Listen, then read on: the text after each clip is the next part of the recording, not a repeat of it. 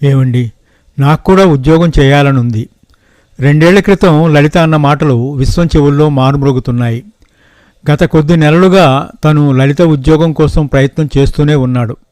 తన ప్రయత్నాలేవీ ఆమెకు తెలియనివ్వటం లేదు. అందుకు కారణం సంవత్సరం క్రితం జరిగిన సంఘటనే. ఆ సంఘటన జరిగిన దగ్గర నుంచి తలెత్తి తను ఆమె వద్ద ఉద్యోగ ప్రస్తావన తీసుకురాలేకపోతున్నాడు. ఆ రోజు శనివారం. తను 2 గంటలకల్లా వచ్చేశాడు. తన ఇంట్లోకి అడుగు పెట్టగానే, ఏమండి, కోమలికి మీ ఆఫీసులో ఉద్యోగం వచ్చిందటగా అని నిలదీసి అడిగింది లలిత. తనకు తెలుసు, ఏదో రోజున లలిత నా ప్రశ్న అడుగుతుందని. ఎవరు చెప్పారు అడిగాడు తను. ఇంతకుముందే కోమలి వచ్చి వెళ్ళింది. పోస్టింగ్ ఆర్డర్ కూడా చూపించింది. ఇంటర్వ్యూకి వెళ్తే ఈ ఉద్యోగం తప్పకుండా నాకే వచ్చేది. ఇంటర్వ్యూ కమిటీ చైర్మన్ మీ ఆఫీసరేనట. ఆయనకు మీరంటే చాలా గౌరవం, ఇష్టమునట కదా. మరి ఈ జాబ్ అప్లై చేయమని నాకెందుకు చెప్పలేదండి? మనసులోని వ్యధనంతా ఒక్కసారే బయటపెట్టింది లలిత. లలిత, మంచి చెడులను గుర్తించే విజ్ఞత నాకు కూడా ఉంది. ఆఫీసులో పోస్టు ఉందని తెలుసు. ఇంటర్వ్యూ కమిటీ చైర్మన్ మా ఆఫీసరని తెలుసు. నేను చెబితే ఆయన తప్పకుండా నిన్ను సెలెక్ట్ చేస్తారని కూడా నాకు తెలుసు. కానీ నా మంచితనాన్ని, పరపతిని ఈ రకంగా క్యాష్ చేసుకోవడం నాకు ఇష్టం లేదు.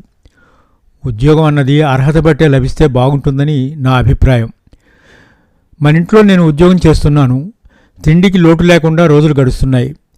కానీ ఇంట్లో చదువుకున్నవారు ఉన్నప్పటికీ ఉద్యోగం ఏ ఒక్కరికి లేని కారణంగా కొన్ని కుటుంబాలు పస్తులుంటున్నాయి. అలాంటి కుటుంబాల్లో వారికి ఈ ఉద్యోగం వస్తే కొన్ని జీవాలకు క్షుద్బాధ తప్పినట్లేగా.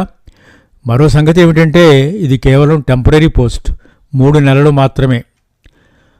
తన సమాధానంతో లలిత తృప్తి పడలేదు. కోమలి నాకంతా చెప్పింది.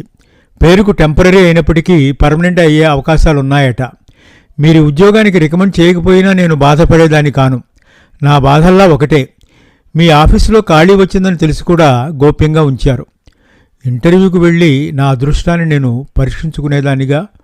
సారీ లలిత, ఈ విషయాన్ని ఎందుకింత సీరియస్గా తీసుకుంటున్నావో నాకు అర్థం కావటం లేదు. ఉద్యోగం కావాలని నీవు పదే పదే అడగనవసరం లేదు. ఏదో నాటికి నీకు ఉద్యోగం వస్తుంది. నేనే నీ కోసం ఉద్యోగం సంపాదించి పెడతాను, సరేనా? Please wait for some time అన్నాడు. ఉద్యోగం చేయాలన్న కోరిక నాలో చచ్చిపోయిందిలేండి.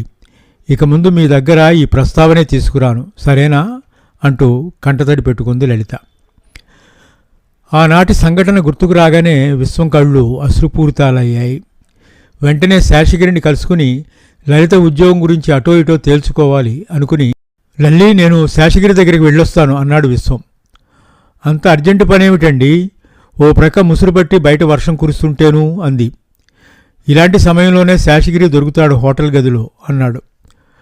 ఆయన్ని వర్షంలో కలుసుకోకపోతే ఏమైనా నష్టమా అని అడిగింది. నష్టం నాకు కాదు, నీకు, నవ్వుతూ సమాధానమిచ్చాడు. అర్థం కానట్లు చూసింది లలిత. మరేం లేదోయ్, వాడు మళ్ళీ రేపు బొంబాయి వెళతాడట. వెళితే 4 రోజులకు గాని రాడు. అందుచేత ఈరోజే నీ ఉద్యోగం సంగతి తేల్చుకోవడానికి బయలుదేరాను. నా ఉద్యోగం కోసమా ఈ హడావుడంతా? నిట్టూర్చింది లలిత. ఈసారి నీకు తప్పకుండా జాబ్ వస్తుందో. శేషగిరి నాకు చిన్ననాటి స్నేహితుడు, ప్రముఖ వ్యాపారవేత్త. ఈ ఊళ్ళో బాగా పలుకుబడి ఉంది. కెమికల్ ఫ్యాక్టరీ మేనేజరు శేషగిరికి ఫ్రెండ్ అట. అందులో నీకు తప్పకుండా ఉద్యోగం ఇప్పిస్తానని లోగడ శేషగిరి ప్రామిస్ చేశాడు. ఈరోజు మళ్ళీ వాడితో ఆయనకు ఫోన్ చేయించి వస్తాను అంటూ గొడుగు తీసుకున్నాడు విశ్వం. బయట వర్షం జోరుగా పడుతుంది. ప్యాంటును మోకాళ్ల వరకు మడతపెట్టి చేత్తో గొడుగు పట్టుకుని మెల్లగా రోడ్డు మీదికి వెళ్ళాడు విశ్వం. విశ్వం వెళ్ళిన దిక్కే చూస్తుండిపోయింది లలిత కొన్ని క్షణాలు. ఆ తర్వాత వరండాలోని కుర్చీలో కూర్చుంది.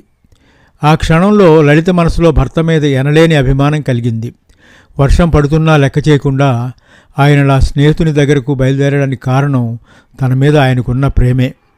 తన కోసం ఆయన అలా వెళ్తుంటే మనసంతా బాధగా ఉంది. తనకు మనసులో ఉద్యోగం చేయాలన్న కోరిక ఎందుకు పుట్టిందో ఆమె మనసులో గతం మెదిలింది.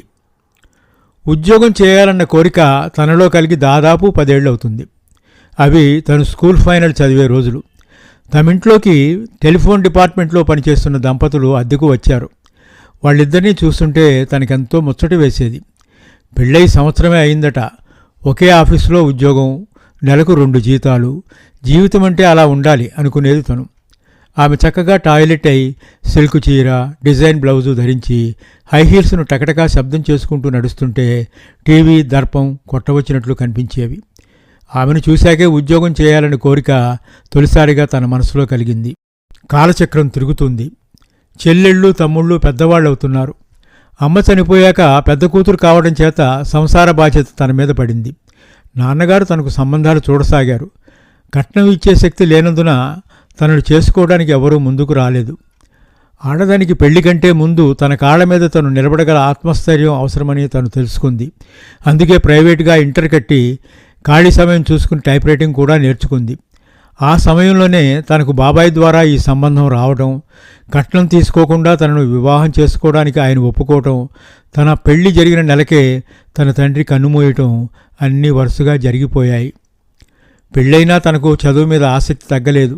ఆయన ప్రోత్సాహంతో కష్టపడి చదివి డిగ్రీ పుచ్చుకుంది. తను ఉద్యోగం చేయాలనే కోరిక మాత్రం మనసులో మిగిలిపోవడం చేత తను ఎన్నోసార్లు ఆయనకు తన కోరిక తెలియజేసింది. అప్పట్లో తను ఉద్యోగం చేయడం ఆయనకి ఇష్టం ఉండేది కాదు. కానీ పరిస్థితులు ఆయన మనసును కూడా మార్చాయి.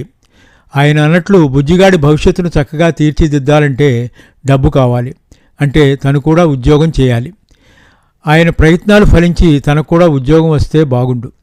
టక్కున కరెంటు పోవడంతో లలిత ఆలోచనలు ఆగిపోయాయి. తలంతా భారంగా ఉండడం చేత మెల్లగా నడుము వాల్చి కళ్ళు మూసుకుంది. తలుపు తట్టిన శబ్దం వినిపించగానే గబగబా వెళ్ళి తలుపు తీసింది. అంతే.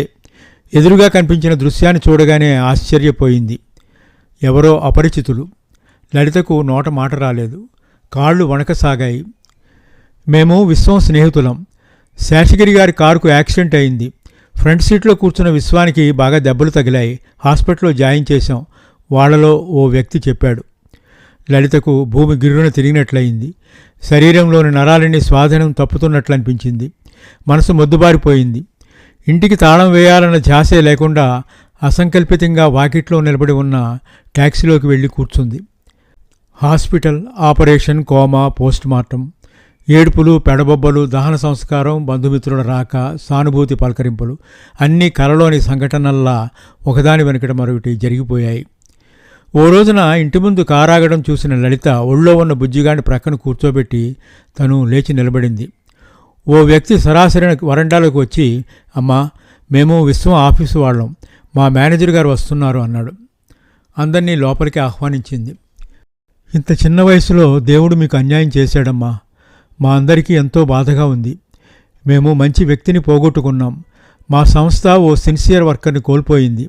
మేనేజర్ గారి మాటలు వింటుంటే లలితకు దుఃఖం ఆగలేదు. 2 చేతుల్లో ముఖాన్ని దాచుకుని చిన్నపిల్లలా విలిపించింది. మీకు కలిగిన ఈ లోటుని ఎవరూ తీర్చలేనిదమ్మా. కానీ మా చేతనైన సహాయం మేము చేయడానికి సంకల్పించుకున్నాం. అందుకే మీరు పుట్టెడు దుఃఖంతో బాధపడుతున్నారని తెలిసినా మిస్ కోమలితో మీకు అప్లికేషన్ పంపించి మీతో పూర్తి చేయించి మా హెడ్ ఆఫీస్కు రికమెండ్ చేశాం. ఇదిగోనమ్మా పోస్టింగ్ ఆర్డర్ అంటూ ఓ కవర్ను అందించాడు మేనేజర్. లలిత కన్నీళ్లు తుడుచుకుంటూ లేచి నిలబడి కవర్ అందుకుని కృతజ్ఞతగా నమస్కారం చేసింది. వాళ్ళంతా బయటకు వెళ్ళాక చేతిలోని ఆర్డర్ని చూసుకుంది. తనకు కూడా ఉద్యోగం వచ్చింది. ఉద్యోగం అనగానే ఆమెకు సిల్క్ చీర, డిజైన్ బ్లౌజు, హై హీల్స్ వగైరా గుర్తుకు రావటం లేదు. జోరుగా పడుతున్న వర్షంలో ప్యాంటును మోకాళ్ళ వరకు మడతపెట్టి చేత్తో గొడుగు పట్టుకుని రోడ్డు మీద నడుస్తున్న విశ్వం రూపమే లలిత కళ్ల ముందు కదలాడింది.